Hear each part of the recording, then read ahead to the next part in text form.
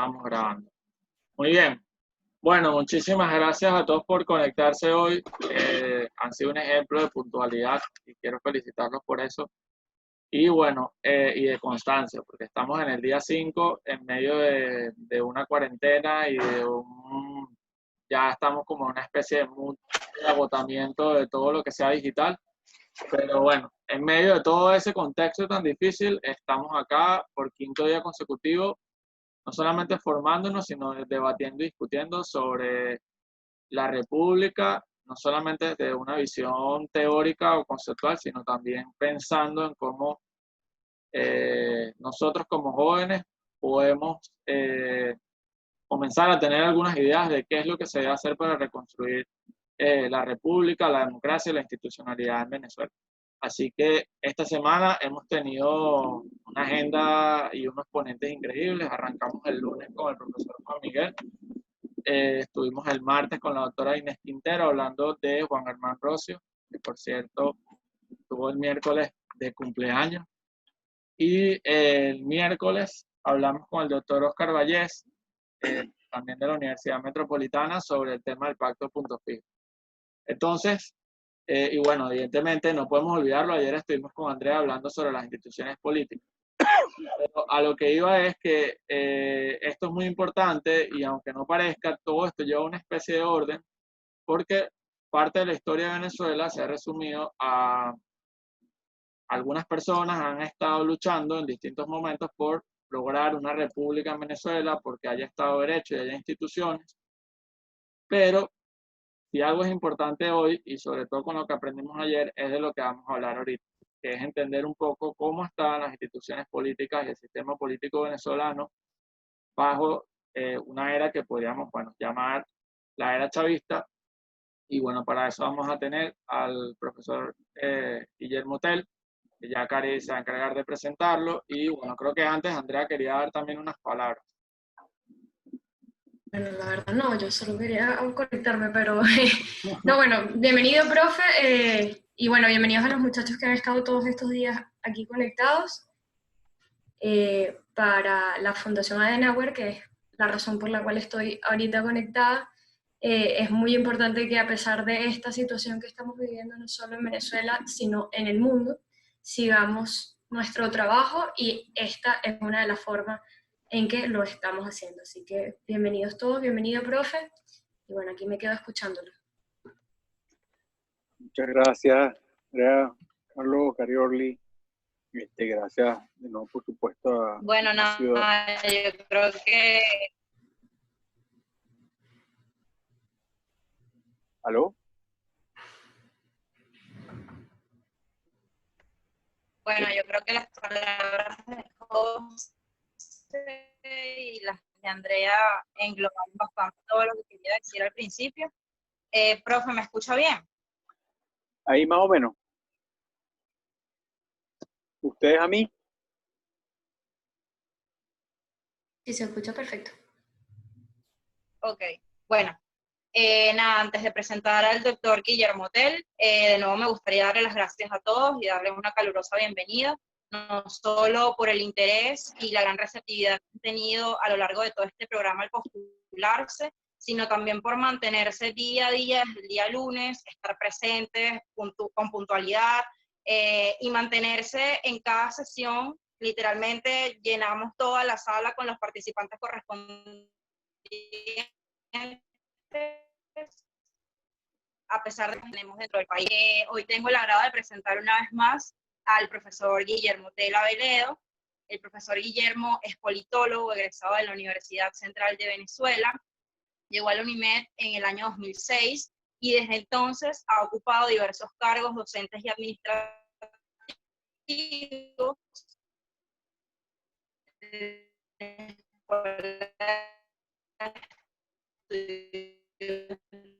liberales, donde actualmente ocupa el cargo de director de dicho. Este principio de venir una vez más, muchísimas gracias por acompañarnos y como dije al principio, usted en lugares y espacios de formación como estos. Muchísimas gracias, Cariorle, muchísimas gracias a todos por su presencia hoy y por la continuidad de este esfuerzo, tanto a Más Ciudadanos, a la Fundación Konrad Adenauer, pero también y especialmente a los participantes de estos talleres y a quienes nosotros nos dan el honor de recibirnos, sino de compartir estas ideas, porque de lo que se tratará en última instancia es de lo que podemos hacer en adelante. Ya las generaciones mayores tenemos que dar paso a los jóvenes. Sí, yo creo que ya les comenté en otra charla, sin esperar que sean los jóvenes los que resuelvan todo, sería irresponsable de nuestra parte pedirle a la juventud que lo haga. Vamos a hablar del sistema político contemporáneo, o en todo caso nuestro sistema político actual, y para eso hay que tener como punto de partida la situación con la que rompe el sistema político chavista. Entonces, unos breves comentarios que hagan puente con la exposición del profesor Vallés en torno a punto fijo y al punto fijismo, o al llamado régimen punto fijista.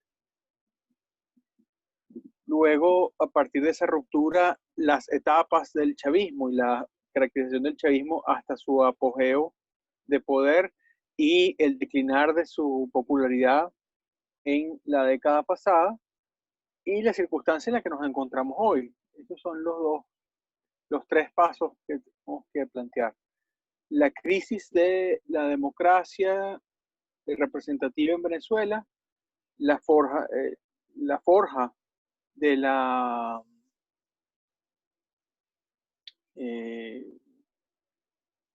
hegemonía chavista y las posibilidades o no de una transición política. En esto, por supuesto, hay un enorme debate hoy en Venezuela con respecto al término transición. Está además lo que está dictado en la ley de transición de la Asamblea Nacional de finales del año 2018 y todos los acuerdos allí derivados, además de la estrategia política opositora actual, que para bien o mal parte de una aspiración de transición que no necesariamente corresponde a lo que la ciencia política indica. Pero claro, recuerden una cosa, los politólogos solemos ser pesimistas, los políticos tienen que ser optimistas. Si el político no es optimista, no tiene nada que hacer en ese oficio. Si el politólogo no es pesimista, posiblemente no está haciendo ciencia de algún modo. Y esto lleva a ciertos ruidos, y esto lleva a ciertas, no voy a decir desaveniencia, pero así ciertos desencuentros que a veces parten de prejuicios mutuos y de incomprensiones mutuas. Y con esto quiero dar un paso más allá. Antes de comenzar con el tema de la crisis de la democracia y la hegemonía chavista. Se dice que normalmente la posición del político es envidiable, que al fin y al cabo los políticos viven una vida de relativa estabilidad, de relativa tranquilidad, pero nosotros que estamos viviendo un sistema autoritario, nosotros estamos viviendo y viendo los riesgos que corren los políticos, los riesgos que corren los activistas, los riesgos que corren aquellos que se dedican a la vida pública, que no solo son los líderes que también corren riesgos, sino todo el que esté involucrado en una acción política, porque esto es un sistema autoritario. Vemos como esa actividad es particularmente azarosa, es particularmente cruel en su desarrollo y su despliegue. Y esto tenemos que respetarlo los analistas también. A veces los analistas somos muy rápidos en señalar qué cosa está mal con lo que se está haciendo. Somos un poco, no voy a decir irresponsables, pero un poco alegres en nuestros juicios con respecto a la política. Estamos con cierta distancia, la distancia de alguien que sabe hacer. Hay una famosa frase norteamericana que dice, those who do, do, and those who can't, teach. Los que pueden hacer las cosas las hacen y los que no pueden hacerlas las enseñan. Y quizás ahí hay algo de la vieja frustración platónica de los analistas de no poder ser quienes tienen el poder.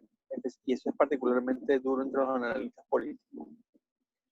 Pero lo cierto es que hay que asumir que mucho de nuestro liderazgo político al que debemos exigirle responsabilidades, al que debemos exigirle respuestas, al que debemos exigirle muchas cosas, hace unos servicios extraordinarios y yo me molesto mucho cuando se plantea que gente que es indolente o está equivocada. Podemos tener desacuerdos con estrategias, podemos tener desacuerdos con posiciones, pero no creo que en el fondo estemos llevando esto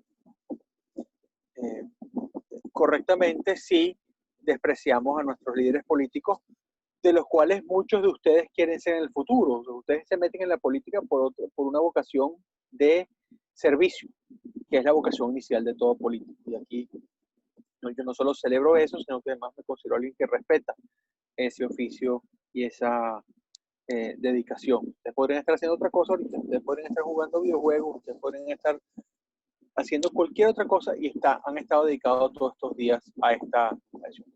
Entonces, pasando a hablar de nuestro trabajo con respecto a la crisis de la democracia, la hegemonía y la transición. Hablemos entonces primero de la crisis. ¿Cómo era la democracia venezolana? Ustedes hablaron hace unos días, hace un par de días, con el profesor Oscar Vallés con respecto a punto fijo. Y en términos de punto fijo, lo que se hallaba es que partidos que se detestaban, partidos que habían pasado por un proceso de crispación política y enfrentamiento político en la primera versión de la democracia representativa en Venezuela durante el trienio de ECO, de una gran violencia interpartidaria, de un gran enfrentamiento ideológico, decidieron regularizar su conflicto, lograr además la alternabilidad pacífica sin que fuese una alternabilidad pactada o en todo caso no condicionada al poder, al electorado, como se ocurre en Colombia, por ejemplo. Aquí en Venezuela había elecciones competitivas. Aquí en Venezuela AD, COPEI y URD competían en las elecciones abiertamente, donde además se habían logrado neutralizar o someter a las fuerzas antisistema, a veces a cambio de concesiones a la burguesía, a los sindicatos, a las Fuerzas Armadas, a la Iglesia Católica, a veces a cambio de, bueno, acciones de fuerza. La derrota guerrillera, la derrota de la lucha armada es un ejemplo de eso. Hay quienes hablan, por cierto, de la exclusión del PCB, y estoy seguro que el profesor Vallés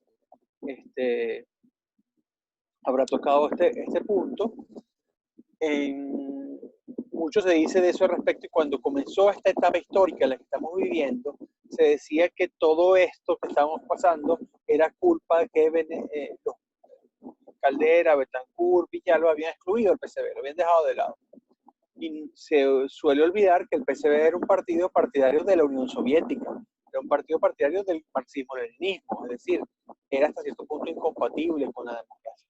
Lo cierto es que no se la excluyó, vino una lucha armada y fue sometida, pero si fueron sometidos una serie de golpes militares, y en Venezuela, el país de las revoluciones en el siglo XIX, el país de los intentos de golpe y azonadas, al menos entre el 28 y el 58, estamos hablando de 30 años muy convulsos en la vida política venezolana, pasa a tener 30 años continuos sin golpes de Estado, sin rebeliones sociales, y sí, con algunos núcleos de guerrilla y ciertamente una oposición de izquierda furtiva, pero así aislado.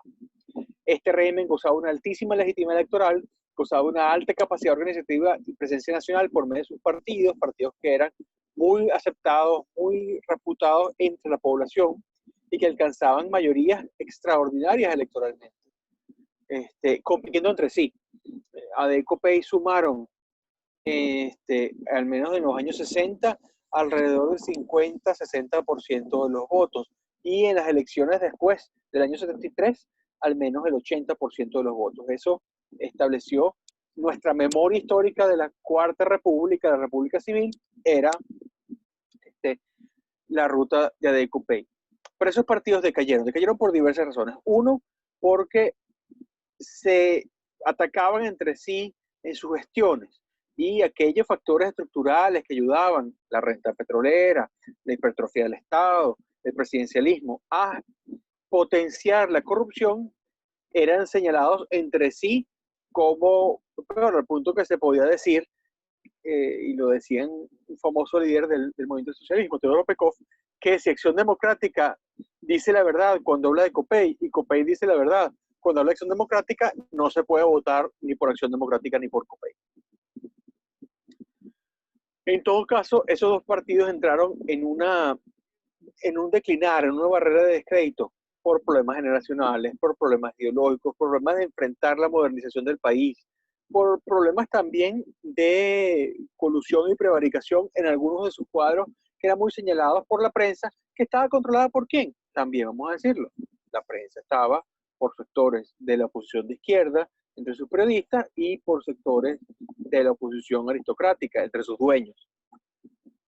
Pero claro, si la democracia se hubiera sentido eficiente, si la democracia se hubiera sentido próspera, pues este declinar no habría sido tan acusado. Lo cierto es que hay un declinar de eficiencia y hay 3 episodios que marcan este declinar entre los años 80 y 90. El primero, el Viernes Negro, la crisis de la deuda y la fuga de capitales entre los años 74 y 82, que dio lugar al Viernes Negro, la devaluación de la moneda y el fin de la seguridad monetaria en Venezuela, por un proceso de sobrevaluación de la moneda muy prolongado durante muchos años. Un poco como ahora, pero ahora agravado por la hiperinflación. En este momento no había hiperinflación en Venezuela. En América Latina era más un fenómeno frecuente. El primer episodio de ese declinar es el Viernes Negro. El segundo episodio, el Caracazo. Y el Caracazo dio lugar con diversas versiones sobre los hechos y demás. Lo cierto es que la consecuencia esencial es la sensación según la cual el pueblo ya no estaba protegido por las fuerzas del orden. Y había una ruptura entonces entre los ciudadanos de bien y los que saqueaban, pero también entre los ciudadanos que eran víctimas del sistema y los ciudadanos que estaban protegidos por él. A esto tenemos que añadirle una ruptura importante que se da con la crisis financiera del año 94, derivada de la desregulación bancaria del tiempo del presidente Pérez, esa crisis financiera que hasta cierto punto arruinó el crédito de la clase media venezolana y acabó con los pocos ahorros que el declinar de la década de los 80 no había podido traer. Y otra manifestación de esto son los golpes de Estado de 1992, el intento del 4 de febrero y el intento del 27 de noviembre. La famosa paz militar que se había establecido desde el Carupanazo, desde el Porteñazo, en el año 62, se rompe con los intentos liderados por las logias militares que entre nacionalistas e izquierdistas trataron de tomar el poder en los años 90. Este grupo, como sabemos, este grupo de adversarios a la democracia va a tomar el poder con el chavismo en el año 98. El movimiento Quinta República, aquí yo tengo una pequeña reliquia de esa etapa, zafado entre las otras cosas que tengo por aquí.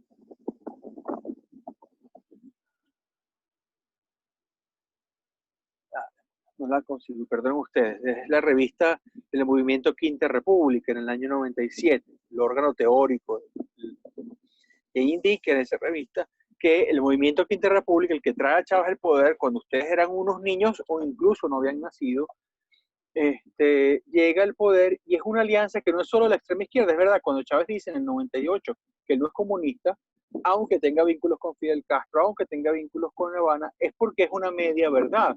Lo cierto es que Chávez no era completamente izquierdista, el movimiento Quinta República no lo era completamente. Juntaba gente que era de las viejas oposiciones aristocráticas, posgomecistas, perejimenistas, y por supuesto la extrema izquierda. ¿Qué tenían en común? Una animadversión profunda, suprema a el régimen de punto fijo. De hecho, en esta etapa que se hizo de moda hablar de punto fijismo, cosa que no era un vocablo, y punto fijismo era para arrollar todo lo anterior. El chavismo comienza con un ataque hacia el sistema político de los partidos políticos, con la derrota electoral del año 98 para los grandes partidos históricos, que por cierto ya habían perdido elecciones nacionales antes, ya habían perdido elecciones regionales antes, y eso no era el fin del mundo, eso puede ocurrir. Pero el chavismo ganó elecciones no para simplemente llegar al poder, sino para sustituir el sistema como un todo, y esto es importante tomarlo en cuenta. Primero fueron contra los partidos, pero así por extensión contra todas las podridas oligarquías, decía el chavismo, y eso fue tomando una mayor dimensión a lo largo del régimen chavista. ese régimen chavista que se permite existir por una razón fundamental. La crisis de la eficiencia administrativa de la República de Partidos, de las gestiones de DEICOPEI, que no es solucionada por el gobierno de Convergencia Nacional entre el año 94 y el 99. La crisis de legitimidad derivada de una creciente abstención electoral, pero también de un creciente desapego a DEICOPEI, que no son sustituidos por otros partidos, aunque otros partidos ganaron elecciones regionales o compitieron en las elecciones nacionales, ninguno logró sustituir las mayorías que tenía alguna vez a DEICOPEI. Entonces los protagonistas del sistema pues simplemente desaparecieron. Y en última instancia, el problema de nuestra dependencia de ingresos petroleros, porque la década de los 80 y los 90 en términos generales fue una década de compradores, no una década de vendedores.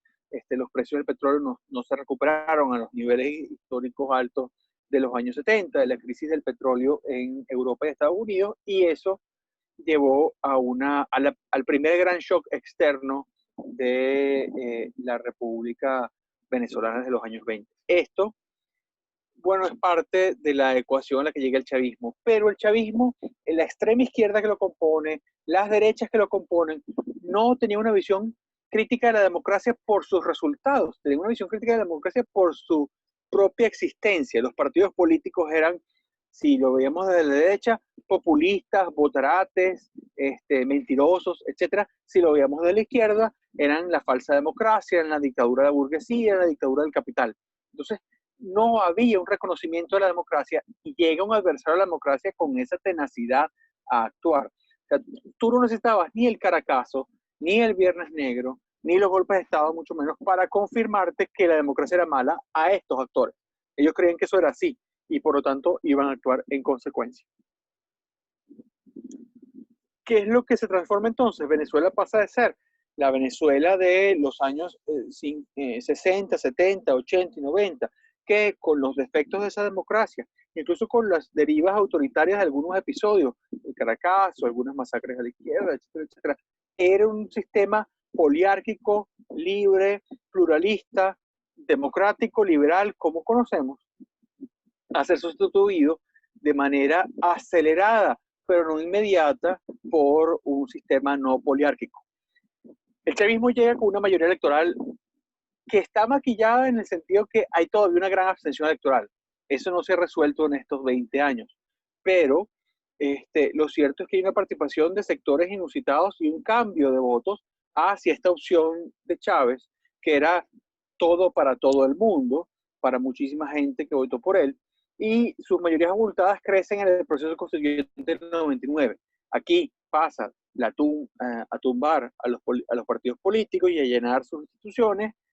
Se cierra el Congreso en el año 99, se sustituyó por la Asamblea Constituyente goza de más legitimidad que el Congreso electo en el año 98 y se barre con la presencia de los partidos. Es una constitución que niega la existencia de partidos políticos o en todo caso la minimiza profundamente y entonces tenemos un Estado que no es pluralista, que se basa en la apelación mayoritaria al pueblo. Y ese es el basamento, vamos a decir, de esta etapa populista del chavismo. Entonces, por medio de esa nueva institucionalidad, se va a hacer otras presiones, la presión hacia los empresarios y hacia los sindicatos, con el referendo sindical de 2001, con las leyes habilitantes también del 2001, que atacan a estos otros sectores. Porque para el chavismo, los partidos eran la primera parte de la burguesía y de la oligarquía, pero habrían todos los demás, los empresarios, los sindicatos, la Iglesia Católica, el alto mando militar, etcétera, etcétera. Todos esos aliados del sistema, de un régimen. Piensen ustedes, la democracia tenía en el chavismo un adversario que la consideraba tan corrompida como hoy partidos de oposición consideran corrompido al chavismo. Con la diferencia que, bueno, el chavismo es lo que es. Entonces, ese chavismo va a redefinir las relaciones de Estado y sociedad, rompe con la hegemonía de los partidos, rompe con la presencia de pluralidades de centros de poder que tengan legitimidad frente al Estado, rompe con el reconocimiento del Estado sobre la sociedad, y entonces la sociedad solo va a ser reconocida en medida que está cooptada por el Estado, y entonces vienen los círculos bolivarianos, pero vienen también las comunas, pero vienen también los comités locales de alimentación y producción, es decir, solo aquello que está tocado por el Estado es reconocido por ese mismo Estado. Si no, si tú tienes una ONG, si tú tienes una organización de activistas, si tú tienes un partido político, no es reconocido por el Estado. Quiere decir que la sociedad no es autónomamente reconocida, y eso va en contra de los principios de la democracia liberal. Pero eso es un hecho clave. Venezuela no es una poliarquía ya. Venezuela ya es un sistema pluralista, Venezuela es un sistema abierto. Y no solo por el declinar. A mí no me interesa mucho la etiqueta en que vayamos a definir esa no apertura, si somos tiranía, absolutismo, dictadura. Eso es hasta cierto punto un debate más politiquero que politológico. Pero lo esencial que tenemos que recordar es que aquí las libertades están limitadas, tanto que esto que estamos haciendo es hasta cierto punto una acción subversiva. Entonces, ¿qué tenemos ante la sociedad? Primero, una sociedad que en sí misma está desconfiada y está desarraigada. Está la desconfianza histórica entre la sociedad civil y los partidos, entre la sociedad civil organizada y los partidos, la indiferencia reciente, en las décadas recientes, de la sociedad en general hacia estas organizaciones, y cómo el Estado va a copar las instituciones públicas a modo de sacar a partidos de sociedad civil de ellas mismas cuando estos partidos tienen alguna representación, cuando estas organizaciones de la sociedad civil tienen alguna demanda, pues simplemente no las reconoce. No las reconoce porque no las atiende o no las reconoce porque, aunque ganen y se les admitan victorias electorales, se le dan autoridades paralelas, se les imponen nuevas normativas, o simplemente se deshacen las instituciones que existían. Piensen en la alcaldía mayor, piensen en las gobernaciones de Estado, pensemos obviamente en la Asamblea Nacional. Entonces, lo que hay aquí es que hay unas reglas que están copadas por el Estado por medio de su partido de gobierno, que era el MBR, y luego va a ser el Partido Socialista Unido de Venezuela como conjunción de las tradicionales de izquierda. Y el Partido Socialista es un partido, bueno, de izquierda marxista. Con esto no quiero sonar a señora del Cafetal, aunque estoy precisamente en el Cafetal, sino para describir precisamente el Partido Socialista y su libro rojo de ideología. Y aquí hay un elemento esencial de la clave anterior. Venezuela es una poliarquía, pero además es una poliarquía que tiene un signo distintivo ideológico. En cada coyuntura crítica, lo que ha logrado el chavismo es proyectar el proyecto histórico de la izquierda radical, o, si es necesario hacer una reversión que no le haga perder su hegemonía, que lo mantenga en su estatus como poder dominante. Todos los cálculos, todas las transiciones, todas las transacciones están llevadas a, bueno, ¿qué es lo central de esto? La igualdad, de repente la redistribución, quizás, pero esencialmente es mantener el poder en una casta política determinada.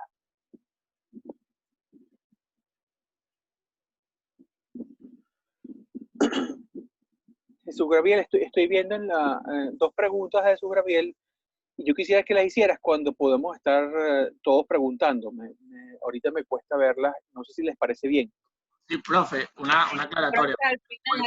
Pueden hacer todas las preguntas los muchachos que quieran a medida que le vayan surgiendo, y al final nosotros se las vamos a ir pasando a usted con orden para que las pueda contestar.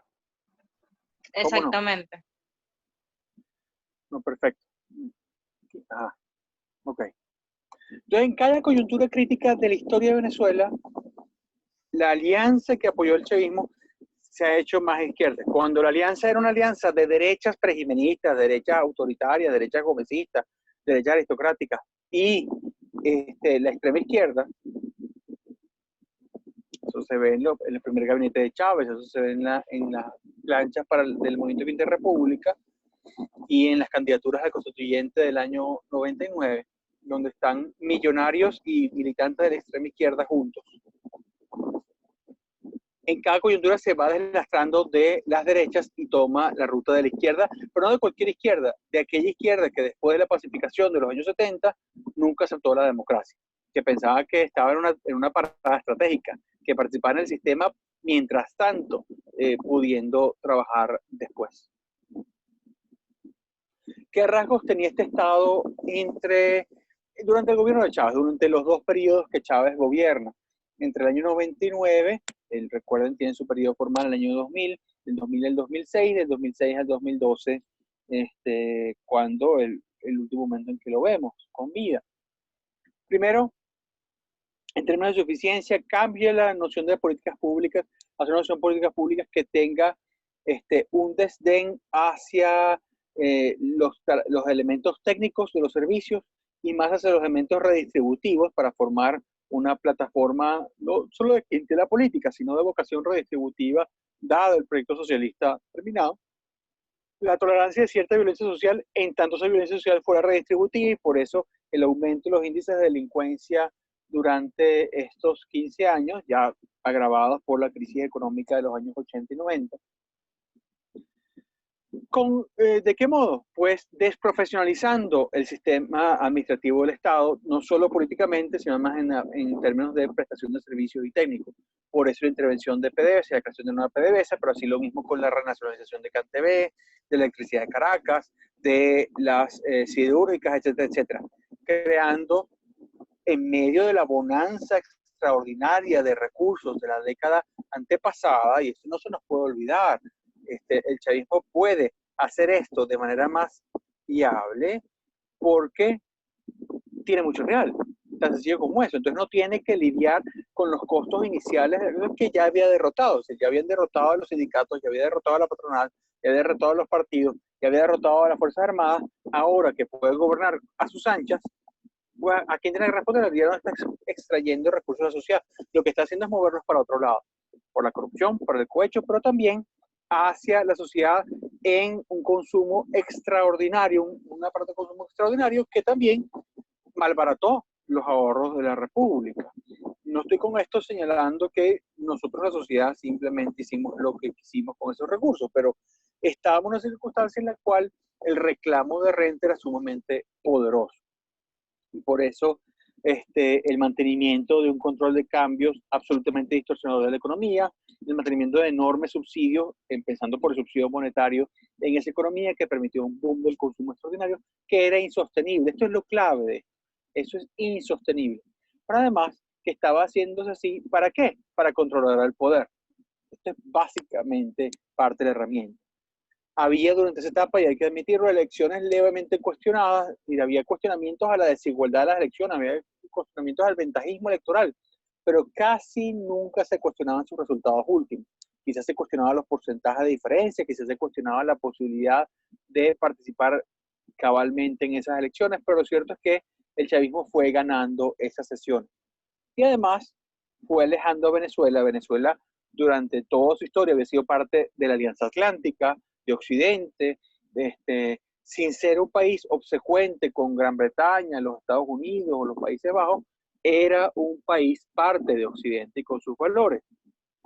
El chavismo lo fue alejando por medio de una obsecuencia de la política exterior cubana, pero además esa noción del mundo multipolar y de la cercanía a otras potencias que estaban felices de copar el vacío que Occidente tuvo frente al chavismo, porque al comienzo la Unión Europea y Estados Unidos eran indiferentes a la suerte. Bueno, total, el tipo había ganado elecciones.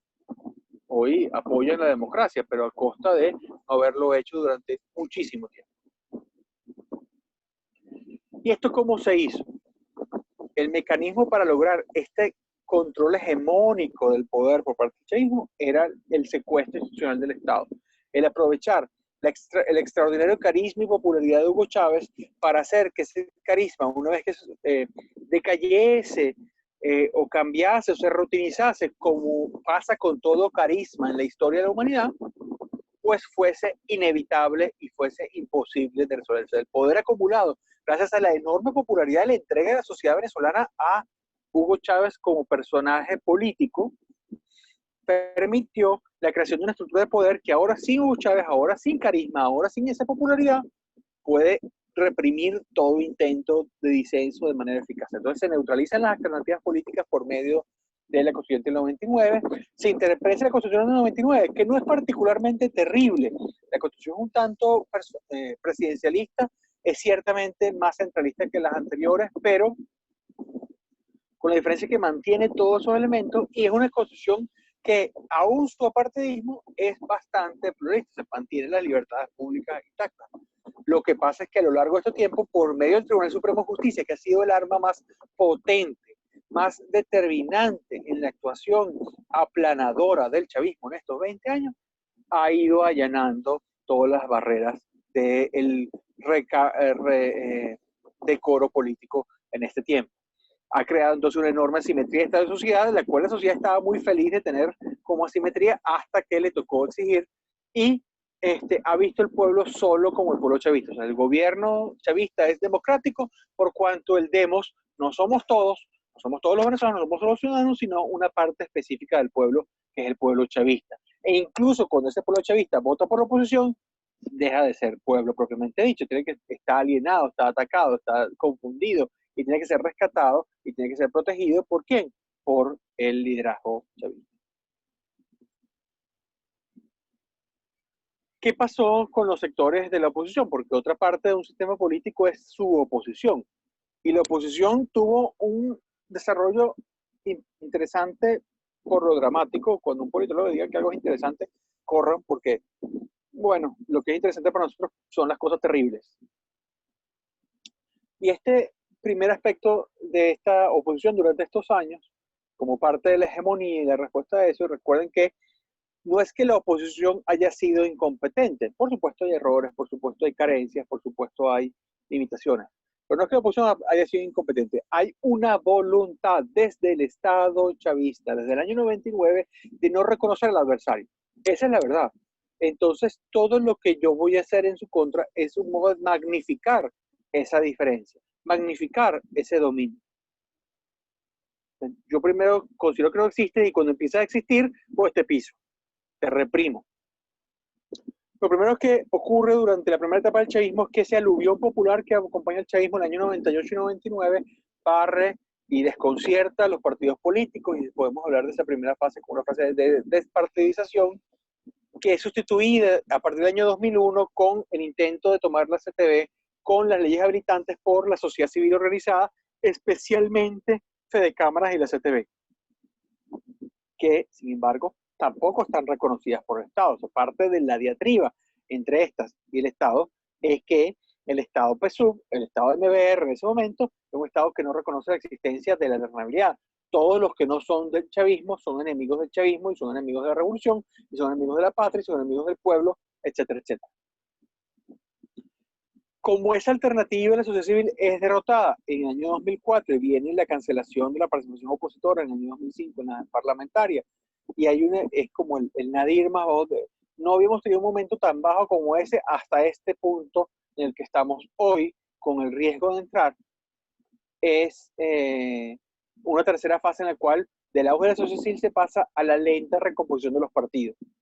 Aquí hay que dar crédito donde hay que dar crédito. La alianza entre Teodoro Pekov, Julio Borges, Teodoro Pekov y las fuerzas de izquierda democrática, Julio Borges y el Partido Primero Justicia, y Manuel Rosales con Un Nuevo Tiempo, pero además pudiendo alar Acción Democrática hacia una fórmula socialdemocrática. Es el prolegómeno de lo que va a ser la Mesa de Unidad Democrática en el año 2009. Entonces, esta etapa es de recomposición, de alianza, con desconfianza que viene de todos estos años de derrota.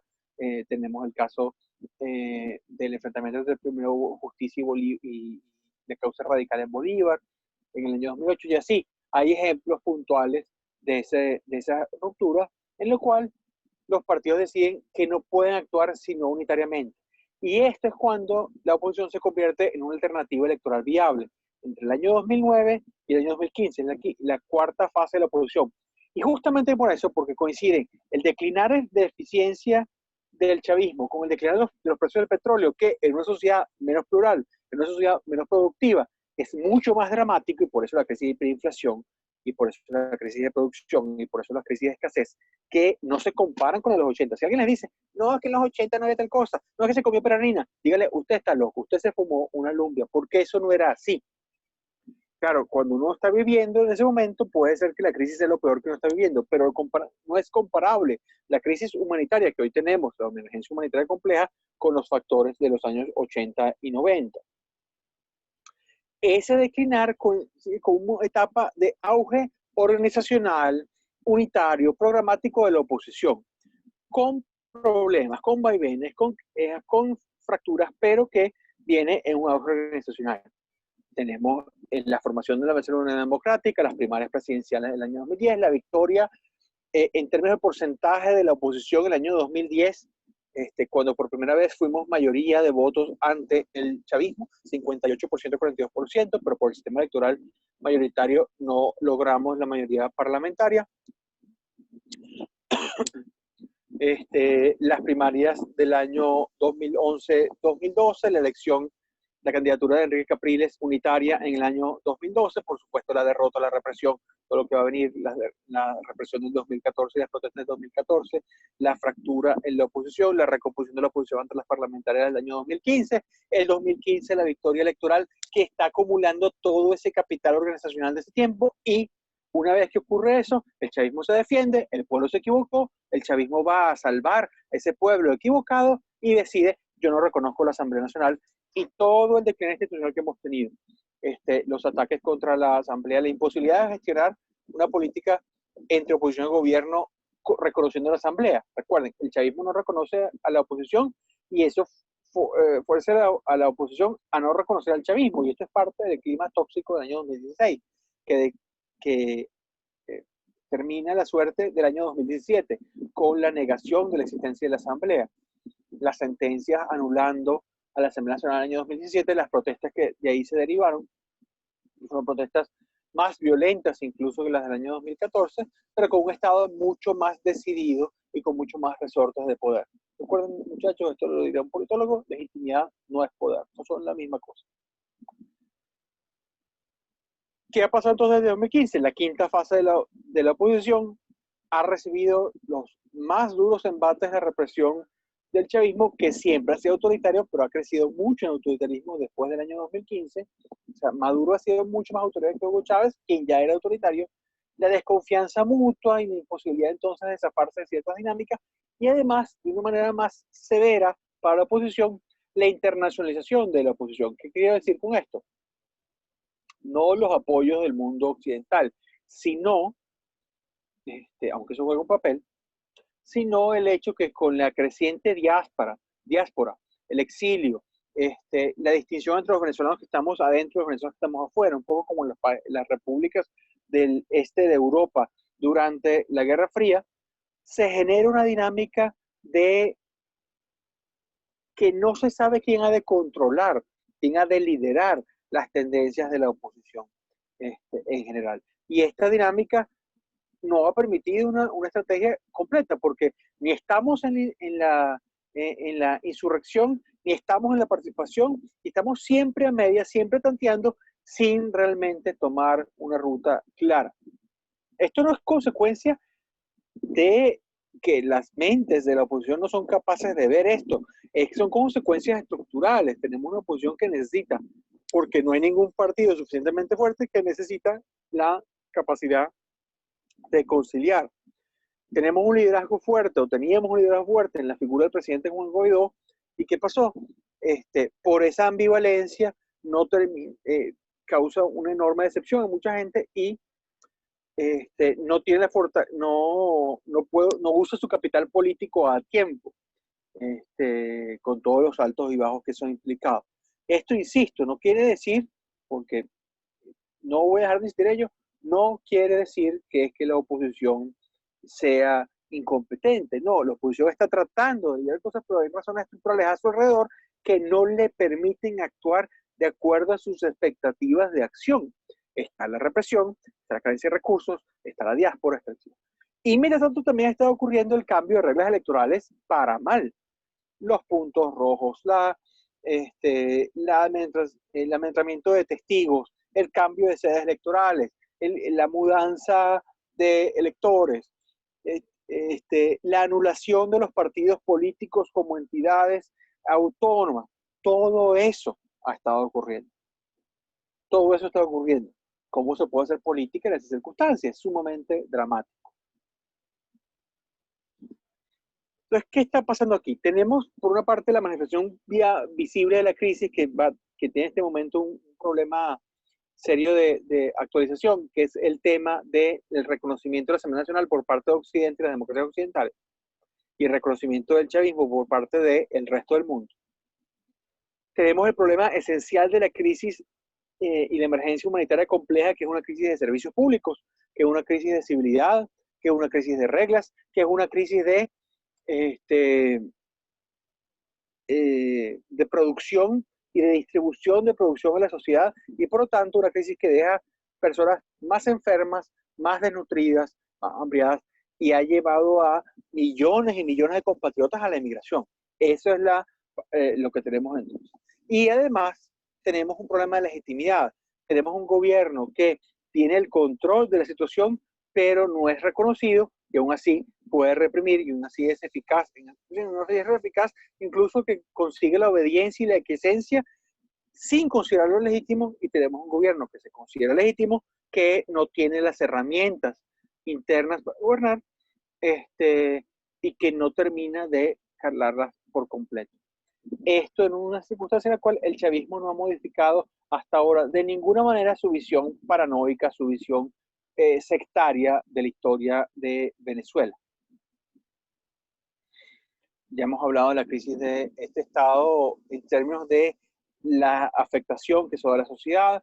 Es una crisis social extraordinaria, la crisis de servicios, la violencia, que aunque la violencia delincuencial ha bajado relativamente, la violencia institucional sobre la sociedad ha aumentado muchísimo desde tiempo. El desgaste de PDVSA y todas las consecuencias para los recursos de Estado, más antes, por supuesto, de las sanciones, pero las sanciones también son un elemento esencial de la crisis de recursos del Estado, y también el problema de la legitimidad con las elecciones de oposición de Occidente. ¿Qué pasa entonces? Tenemos un riesgo severo, un riesgo grandísimo, que mientras el chavismo no logra cohesionar, porque no logra terminar su problema de legitimidad, no lo logra resolver. Hizo la constituyente, no resolvió eso. Hizo la elección del 2018, no resolvió eso. La mayor parte de la población es indiferente y hostil hacia el chavismo. Lo que pasa es que es impotente, lo que pasa es que no puede actuar.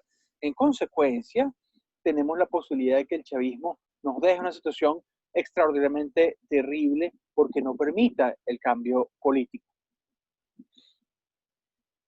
Y en eso hay que decir, es extraordinaria en el sentido de admirable, de notable, pero notable para el mal, la resiliencia del Estado del Partido Socialista Unido de Venezuela. Ha reorientado el gasto público una serie de medidas de autoridad que han puesto la presión del gasto público y por lo tanto de los servicios públicos en el ciudadano. Ya la educación pública es un desastre, no hay servicios de salud que no tengan sino que ser pagados por los particulares. Ha decidido el Estado apartarse. De hecho, en estos últimos años, los años de Maduro, han sido años que son de un gasto público casi neoliberal.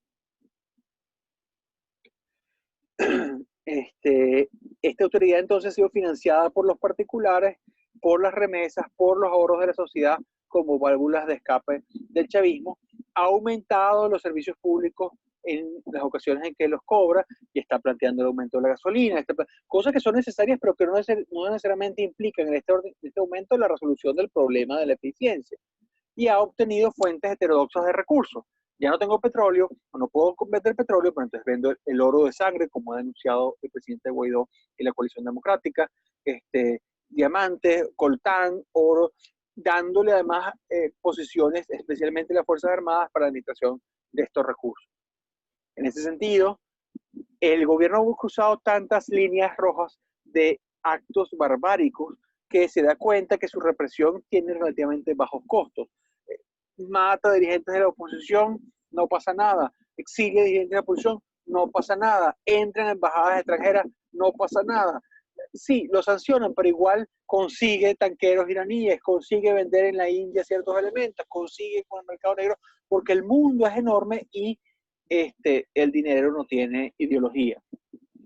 Pero además una cosa que se ha mostrado sorprendente para los analistas, especialmente para el liderazgo opositor, que es el tema de la unidad del chavismo.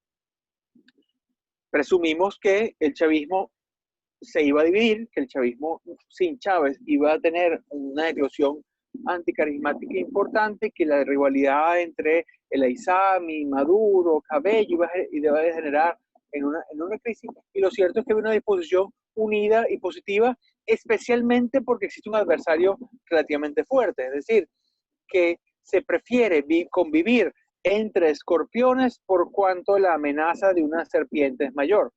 Ahí,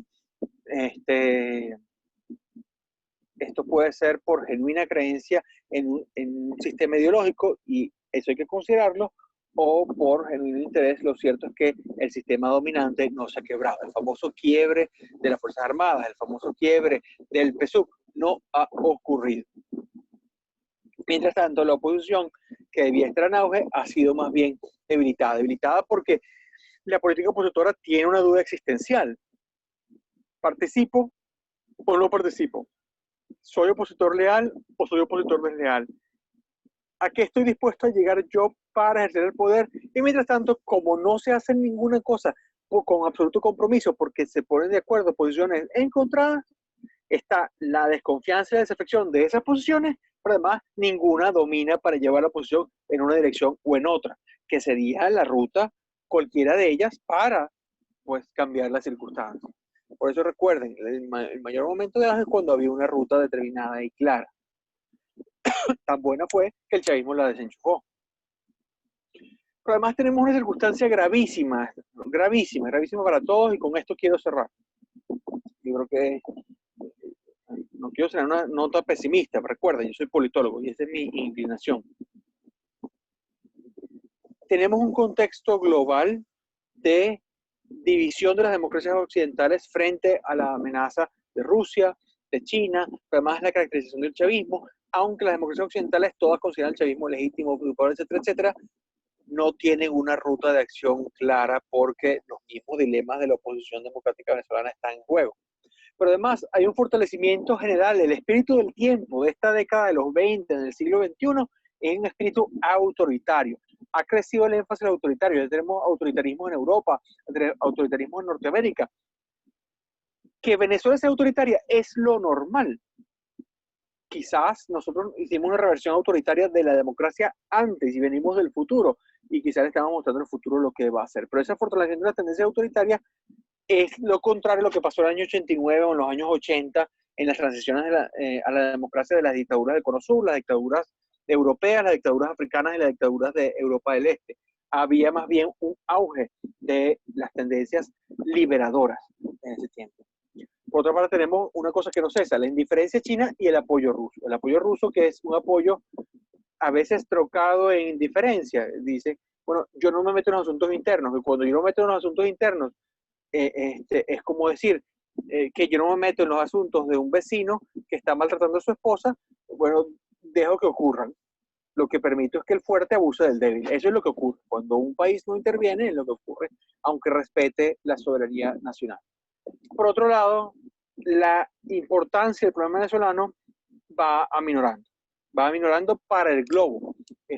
La tensión de la migración se ha básicamente parado por las válvulas monetarias del año 2019, pero también por el problema del coronavirus, por la crisis de esos países que entonces tienen una reversión de migrantes, por supuesto, mínima. Si en estos tiempos se han regresado 100.000, 200.000 personas de 4 millones, es un porcentaje nimio, normal en los procesos de migración.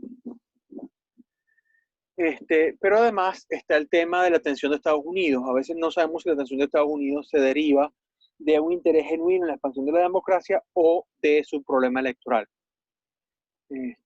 Uno puede presumir que, como en la situación de Estados Unidos, esto es un asunto de una coyuntura inmediata, no ha sido completamente atenta todo el tiempo. Ahora que el presidente Trump puede tener problemas para ganar el estado de Florida por el ascenso del candidato demócrata potencial Joe Biden, el tema venezolano vuelva a la palestra mucho más rigurosamente. Pero lo cierto es que, por más que haya declaraciones, realmente no ha habido un avance notable en la política norteamericana con respecto a Venezuela, más allá del apoyo cierto al gobierno interino. ¿Qué es lo que puede pasar? ¿Qué es lo que sería necesario para que esto cambiase? Y con esto termino.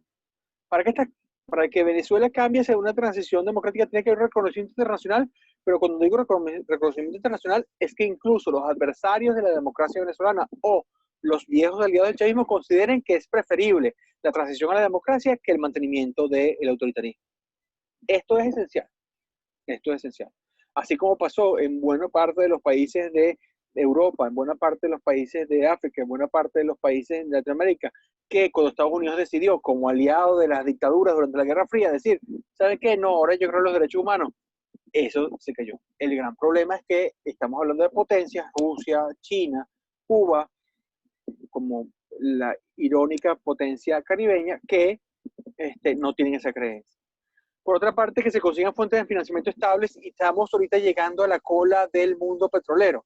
Eso es un hecho que nos debe alarmar muchísimo porque estamos acabando el cola del petróleo sin la posibilidad de gozar su fin y de gozar los últimos años. Estamos perdiendo toda la modernidad acumulada de los años anteriores.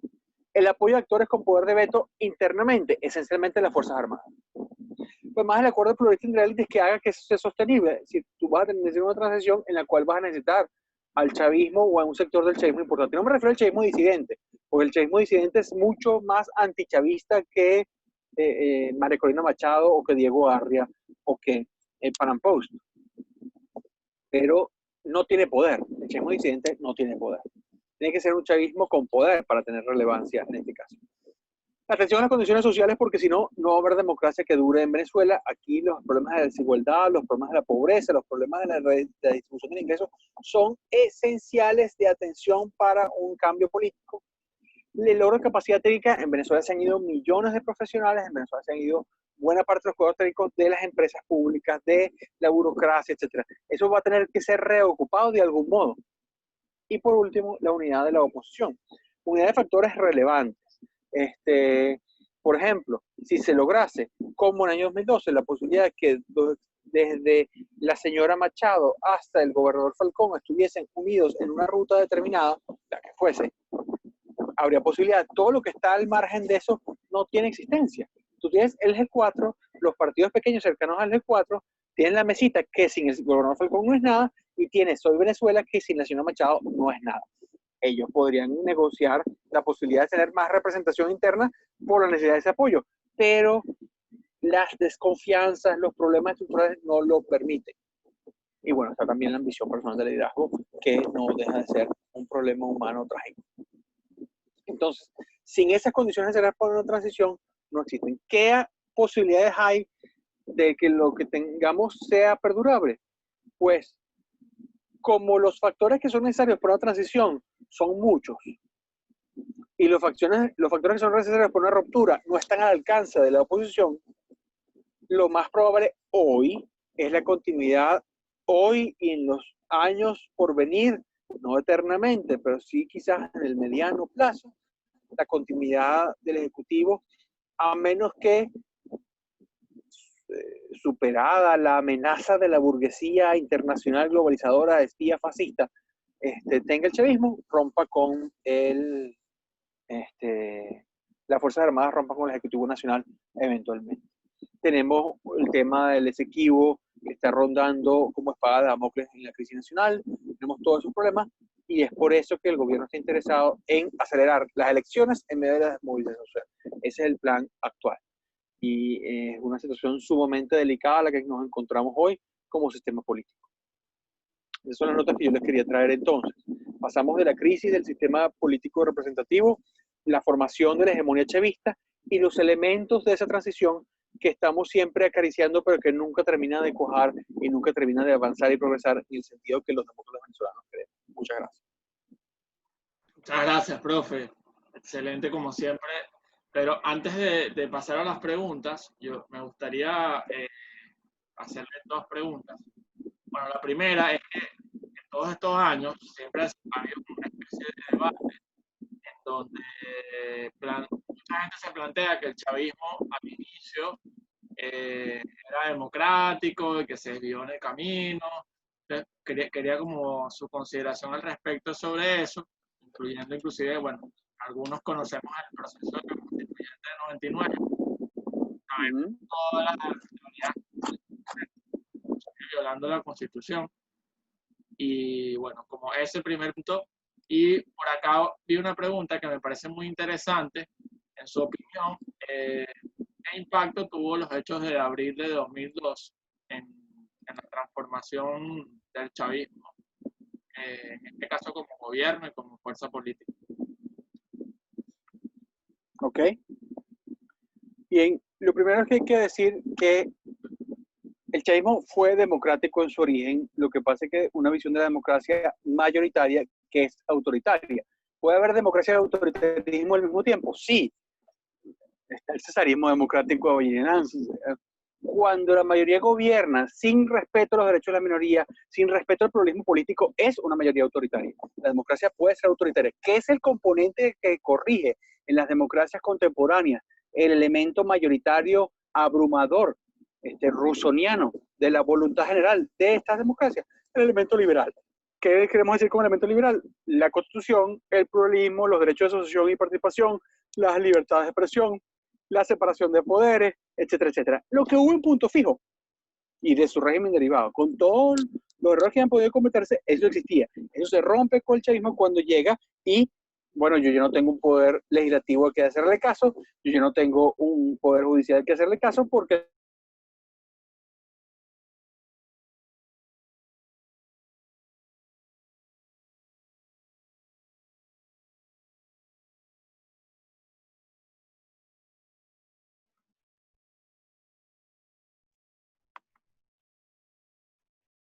Creo que el profesor tiene problemas de conexión. Sí, eso era Sí. justo lo que les iba a decir. Vamos a esperar. Bueno, gracias a todos por estar conectados. Recuerden que más tarde vamos a tener el panel, así que no se desconecten. Y ya vamos a seguir con el profesor. Pueden enviarnos Sí, ya nos estamos conectando, comunicando con él de nuevo.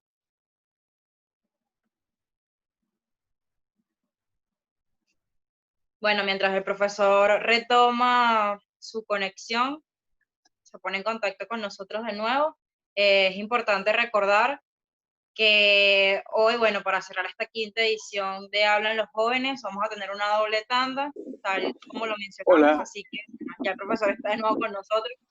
Perdón, es que de repente se conectó el Wi-Fi y no era suficiente el Wi-Fi, pero se conectó solo. Disculpen ustedes.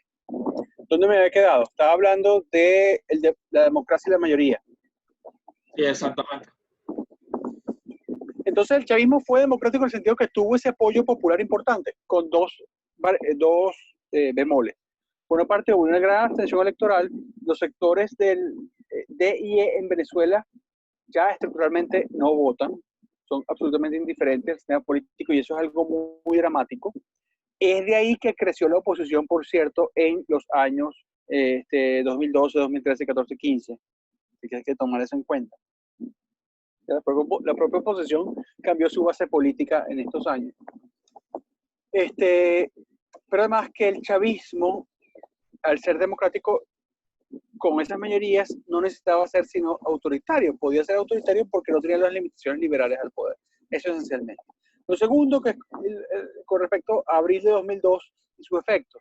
Yo creo que el efecto más extraordinario que tiene el hecho de abril de 2002, aparte de desprestigiar la oposición durante años, porque cuando a ti te dicen que eres una oposición golpista y no has dado un golpe de Estado, bueno, es una cuestión latente, tú estás exagerando. Pero cuando te dicen una oposición golpista y diste un golpe de Estado, los hechos de 2002 tienen elementos para ser mencionados así, son más complejos que eso, pero cuando las Fuerzas Armadas invitan al presidente le solicitan la renuncia, bueno, por más legítimo que sea la defensa de las Fuerzas Armadas, son un golpe de Estado. La gracia de un golpe de Estado es darlo con éxito. Pero en todo caso, funcionó en el sector más radical de izquierda del chavismo como profecía autocumplida de todo lo que temían con respecto a la oposición venezolana. Fue la burguesía que dirigió el Carmonazo, aliada con los sectores más retardatarios de las Fuerzas Armadas, apoyada por los Estados Unidos. Entonces, si eso no se parecía a la propaganda que tú tenías durante años de la Guerra Fría, de la izquierda radical, de lo que iba a pasar, pues era una coincidencia muy grande. Entonces el chavismo en ese momento creo que fue el momento de su pivote más grande a la izquierda. Abandonó, viniendo de la alianza con Cuba, viendo todo eso, pero recuerden, con todos esos problemas que tenemos antes, abandonó ese camino y se dirigió hacia formar el Partido Socialista Unido de Venezuela. Pero además, precipitó la purga de las Fuerzas Armadas de manera más acelerada, generó la cualidad de propaganda contraria al pluralismo a partir de los hechos del 2002, 2003 y 2004, porque no son los hechos de abril 2002, está el paro petrolero del 2003 y todos esos elementos que, bueno, se conjuraron pintar una oposición como cruel, como separada de la sociedad, etcétera, etcétera. Entonces, es un hecho determinante, realmente determinante en la suerte de estos años. Profe, una última pregunta. Hay quienes defienden abril 2002 porque Chávez cayó, pero no cayó lo suficiente. Eso es lo dramático. Hay una famosa frase de un historiador inglés, de un poeta inglés, que dice, si tú golpeas a un rey, debes matarlo. Y no estoy diciendo que matemos al rey, no quiero sugerir eso, pero la frase es que si tú quieres afectar a tu enemigo, derrótalo. No lo des con vida política, capacidad militar, lo que fuese. Y eso es lo que no ocurrió. Vale, profe, una última pregunta para que pueda Cari pasar a las preguntas. Usted se refirió a un tema muy importante, que es el tema de hasta dónde pueden las democracias llegar, por decirlo así, hasta dónde llega la participación del pueblo y la diferencia entre las democracias totalitarias o de las mayorías y las democracias liberales.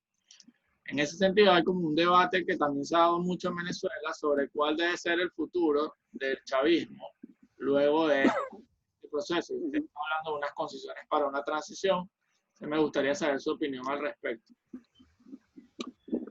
Todo sistema que ha pasado por la transición va a implicar la transformación de un modo importante de los sectores que están vinculados a ella. Eso es esencial. El chavismo no puede seguir siendo el mismo. Si va a la transición, no puede mantener su visión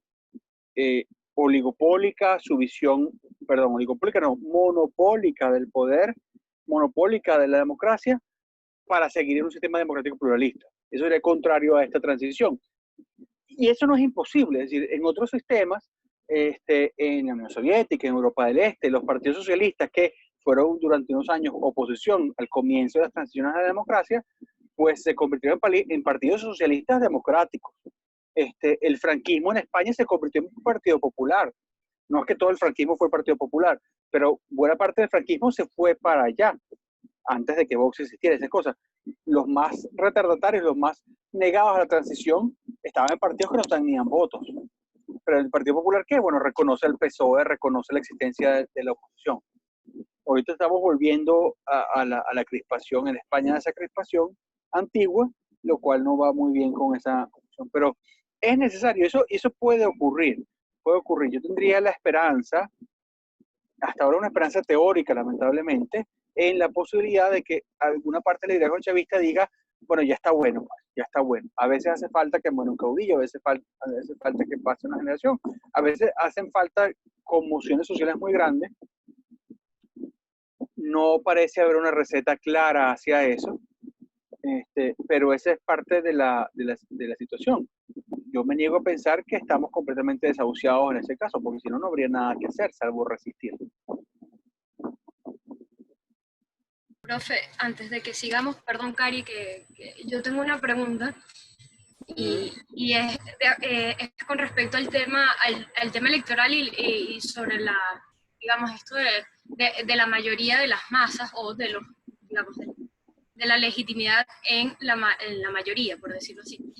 ¿Cuál cree usted que pueden ser esas reformas que pueda tener en algún momento el sistema electoral venezolano que no permitan que vuelva a pasar que un régimen llegue de forma democrática y con el pasar del tiempo, como ha pasado en estos 20 años, vaya mutando de ese sistema constitucional o de ese Estado de Derecho a un sistema político autocrático como el que hoy tenemos?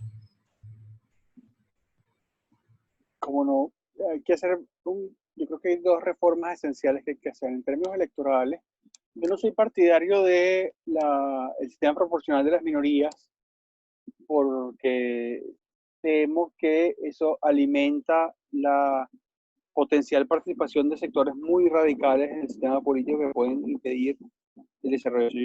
Yo estoy deseando un sistema que favorezca el bipartidismo, y en términos politológicos es el sistema de circunscripciones mayoritarias. hay unas mezclas de eso. O sea, no puede, eso es como el sistema del Reino Unido. Hay unas mezclas de eso, tú tienes las combinaciones, por ejemplo, de Alemania o de España, que tienen sistemas combinados y que permiten algún tipo de multipartidismo básico.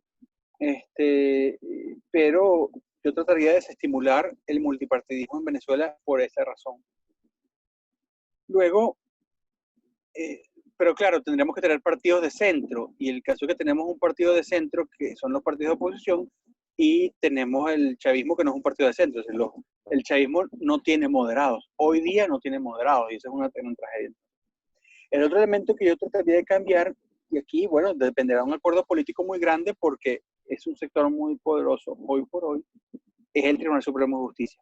Hacer un Tribunal Supremo de Justicia de cero, partir una recomposición de eso, pluralista.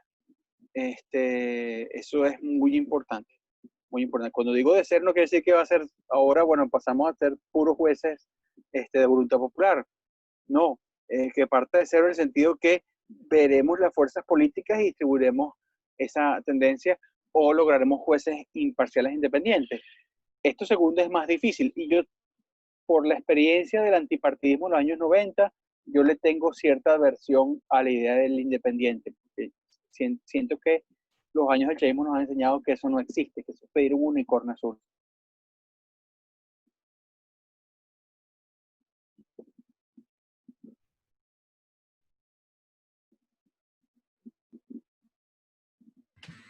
Sí, justamente se lo preguntaba porque ayer cuando estábamos hablando sobre las reformas institucionales de Venezuela, surgía mucho la pregunta del sistema de doble vuelta, de la elección digamos, en una vuelta, y que por qué éramos así, y bueno, siempre he sido de las personas que creen que digamos, nuestra cultura electoral no entiende mucho ese sistema, porque normalmente nos guiamos por dos candidatos y ya está. O sea, entonces, pienso yo que cuando retomemos el camino a la democracia, muchos partidos más bien se van a unificar de acuerdo a la ideología, y no tendría mucho sentido tampoco el tener ese sistema. Entonces, por eso le hacía la pregunta electoral.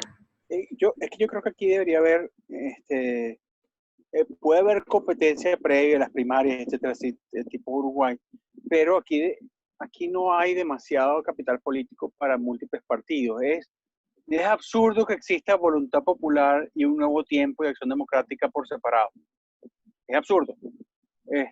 Sus programas son prácticamente iguales. Es absurdo que exista Primero Justicia y un montón de partidos de centro derecha por ahí, que no tienen razón de ser genuina. No Primero Justicia, no, los otros, por Primero Justicia más grande. Es absurdo que exista el PSUV y un montón de partidos de izquierda por ahí. No. Aquí debería haber, en rigor, tres grandes bloques políticos: la izquierda, la socialdemocracia y la centroderecha. Un poco, vamos a decirlo, como el sistema español actual, si se quiere, o incluso el sistema alemán actual, siendo la izquierda Die Linke y los verdes, ¿no? Sí, incluso en el sistema alemán, aun cuando existen dos partidos que son muy parecidos, como la CDU y la CSU, o sea, normalmente están en coalición, o sea, sí, bueno, dos candidatos distintos. Ahí lo que pesa es el nacionalismo bávaro, pero son... Los maracuchos criollos, pues, o sea, hablándolo en términos criollos. Un modo de ser, aunque yo no compararía con los maracuchos exactamente. Porque además aquí no funcionaría ese clivaje propiamente. Aquí no hay realmente una fuerza regional tan acusada. Pero sí, esas son reformas que hay que pensar. Ahora, yo partiría de nota, o sea, no simplemente decir, wow, como estamos haciendo esto, vamos a hacer todo lo contrario. Por ejemplo, yo personalmente soy escéptico con respecto a la descentralización, perdón, no a la descentralización, al federalismo en Venezuela. La descentralización me encanta, el federalismo no tanto. Pero hay que verla en su... O sea, yo quiero libertades públicas, y por ahí, si tengo eso, me doy con una piedra en los dientes.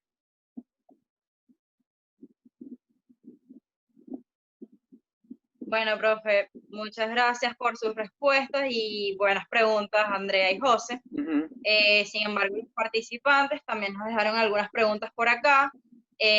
Quisiera hacerle primero la de Adelso Cabezas y nos pregunta, ¿debemos negociar o conciliar con el régimen o debemos buscar en la comunidad internacional el apoyo bélico y el uso de la fuerza?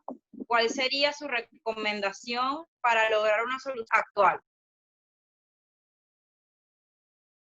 Bien, aquí siento que no puede haber negociación si no hay algún tipo de presión interna.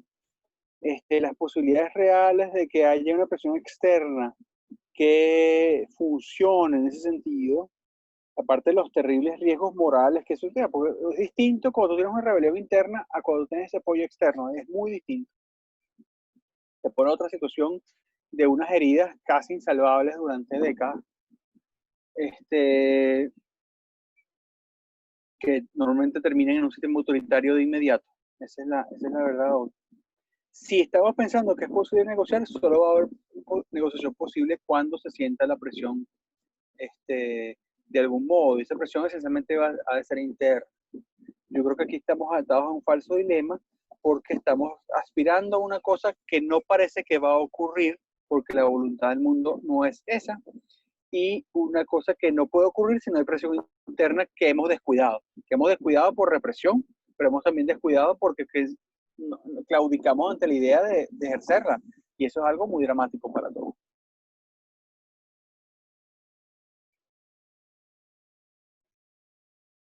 Ok, profe, tengo su imagen congelada. Perdón, ¿me está escuchando bien? Sí, yo lo escucho bien. Ok, buenísimo entonces. Jesús Luces nos hace llegar la pregunta. Bueno, el comentario y la pregunta luego. Dice, en el libro La Benedemocracia se presenta un debate sobre la democracia que se percibe en los años 70, concluyendo que la democracia venezolana en contextos sociales favorecía a las élites. ¿Qué opina usted? Bueno, ese que es un debate entre el profesor Carlos Verón y Humberto Jaime en ese libro, ambos ya tristemente fallecidos, además personas muy lúcidas, Eso fue cierto, en el sentido que parte del pacto de punto fijo partía de la idea de que no solo el reconocimiento de lo otro, el reconocimiento a la votación popular, sino que el asunto de la popularidad era un asunto de los partidos políticos. Ellos se encargaban de las masas, mientras que los ricos tenían la capacidad de actuar autónomamente. Una de las cosas que pasó gravemente durante la década de los 70 es que, pese a todo el aporte del Estado venezolano a la inversión privada, aporte que partía de una serie de subsidios, aporte que partía de una serie de ventajas, el dólar barato, la gasolina barata, etcétera, etcétera, no a los niveles del chavismo demencial, pero sí a niveles importantísimos, no tuvieron contraprestación en el aumento de la producción y la inversión interna. Aquí hubo una desinversión y aquí hubo, con un aumento de sueldos derivado de los aumentos de sueldo del presidente Pérez en los años 70 porque subió la inflación. No hubo, justamente porque había menos producción en Venezuela, no hubo más inflación y no hubo desarrollo de producción, eso es lo cierto. Aquí con el dólar barato se empezó a importar y los grupos empresariales venezolanos, en lugar de dedicarse a producir en Venezuela, que era el propósito de los años 60, y la sustitución de importaciones, se dedicaron a traer cosas más económicas.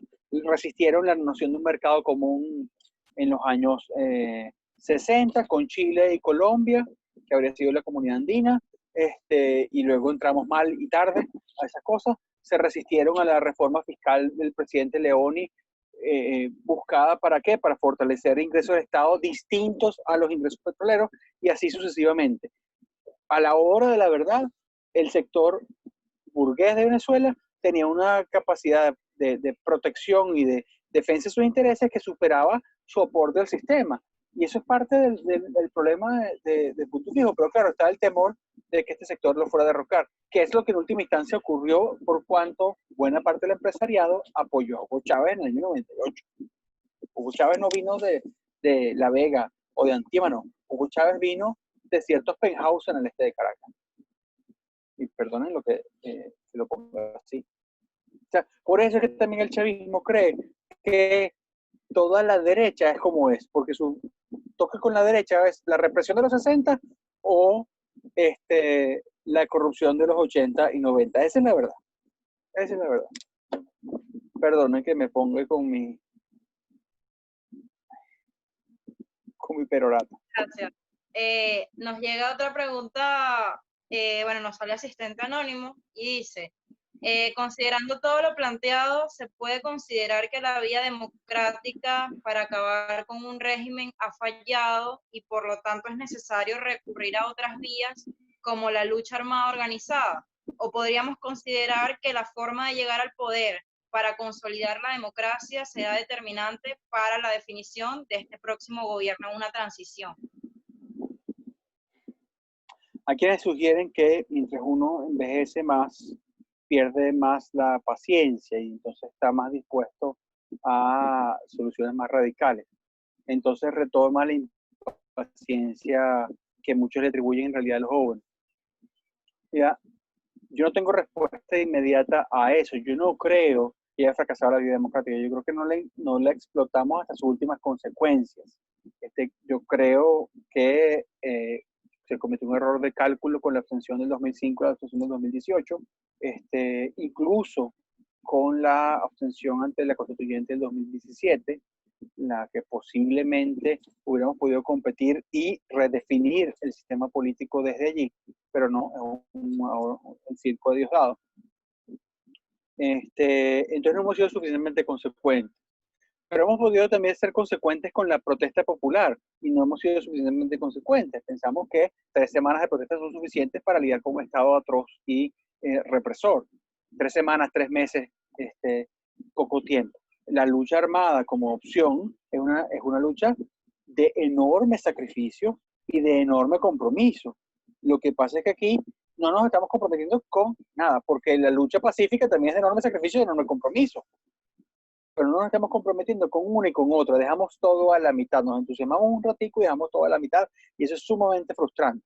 Y no me refiero a los partidos, me refiero en general a la sociedad venezolana. Estamos esperando que venga un milagro, estamos esperando que venga el Dios en la máquina y nos resuelva el problema. Que vengan los Marines o un dron, o una onza de plomo o algo así. No, eso no va a ocurrir así, o en todo caso no tendría los efectos que esperamos. Hay que dedicarse a una ruta larga, tesonera, de organización, que va a tener sacrificios y va a tener costos. Y hay que admitirlo, hemos retrocedido en estos 5 años enormemente por el retroceso que nos ha empujado el gobierno de Maduro, el régimen de Maduro, pero también por nuestra inconsecuencia ante la estrategia que teníamos. Y eso es algo que podría discutir en muchos otros ambientes. Interesante, profesor, incluso para debatir en un contexto un poquito internacional respecto a invasiones y bueno, otras ideas que como ciudadanos podemos tener. La última pregunta. Hay cosas que decimos aquí porque estamos en privado, ¿no? Es decir, yo sé que estas cosas se graban y luego se montan y tal cual, pero lo cierto es que hay cosas que no se discuten del todo abiertamente porque estamos en un sistema autoritario. Y yo creo, mi vocación es que tengamos una resistencia y un crecimiento democrático, pacífico, que va a ser muy sacrificado, pero tiene que ser continuo. Esa es mi posición preferente. Perdón, Cari, te quité la palabra. No se preocupe, no se preocupe. La última pregunta que le hacen llegar la hace América Lastra, y creo que con bueno, lamentablemente se va acabando nuestro tiempo en la sesión con usted. Nos dice, ¿cuál es el reto más grande para reconstruir el sistema político venezolano después de todos estos años? Yo creo que el reto más grande es curar las heridas que la represión y la tradición autoritaria tienen en Venezuela. Y esas heridas son 2 esencialmente. Y cuando digo 2, no quiero decir, son solo 2 y listo. 2 curitas y una aspirina y vámonos. No. Una es la desconfianza mutua. Aquí tenemos un país de desconfiados, de maliciosos. Y por lo tanto un país poco acogido a reglas abstractas. Y por otro lado, como derivación de lo anterior, es la persistencia de la violencia delincuencial, la violencia familiar, la violencia institucional.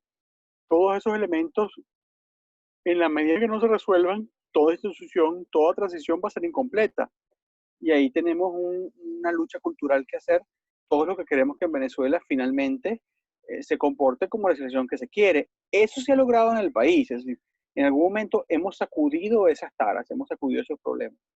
Así que yo no pierdo la esperanza de que quizás no sea mi generación, pero otras generaciones las que lo logren vivir. Y en eso doy por descontado la voluntad de quienes estamos aquí comprometidos para ello. Profe, creo que esta pregunta va enlazada de alguna manera u otra, no solo con la que le acabo de hacer, sino con su respuesta. Y dentro de una transición, bueno, luego de la salida del régimen, ¿cuál sería la mejor estrategia para precisamente organizar el poder y distribuir todos los partidos políticos sin que haya lucha entre, bueno, entre ellos mismos, que lleve a una situación peor a un gobierno? Eso va a depender de la dinámica con la que se alcance esa transición, con la que se alcance el cambio político, que puede ser no transicional, sino de ruptura. Va a depender de esos factores. Decirlo desde ahorita es hacer una ingeniería social que sería un ejercicio de petulancia extraordinario. Decirlo, yo puedo tener preferencias, hemos manifestado algunas, pero decir de una vez cómo se va a distribuir el poder, yo no sé, porque no sé qué va a quedar.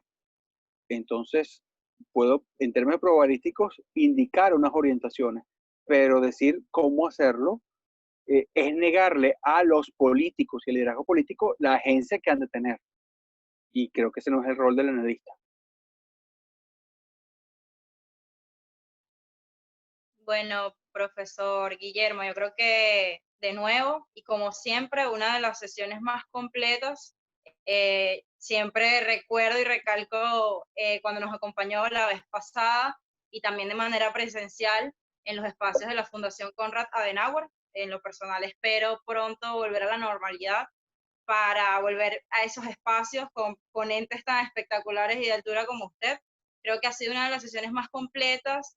Muchísimas gracias a usted por aceptar nuestra invitación y por siempre apostar y optar por lugares de formación, espacios de formación como estos en Más Ciudadanos.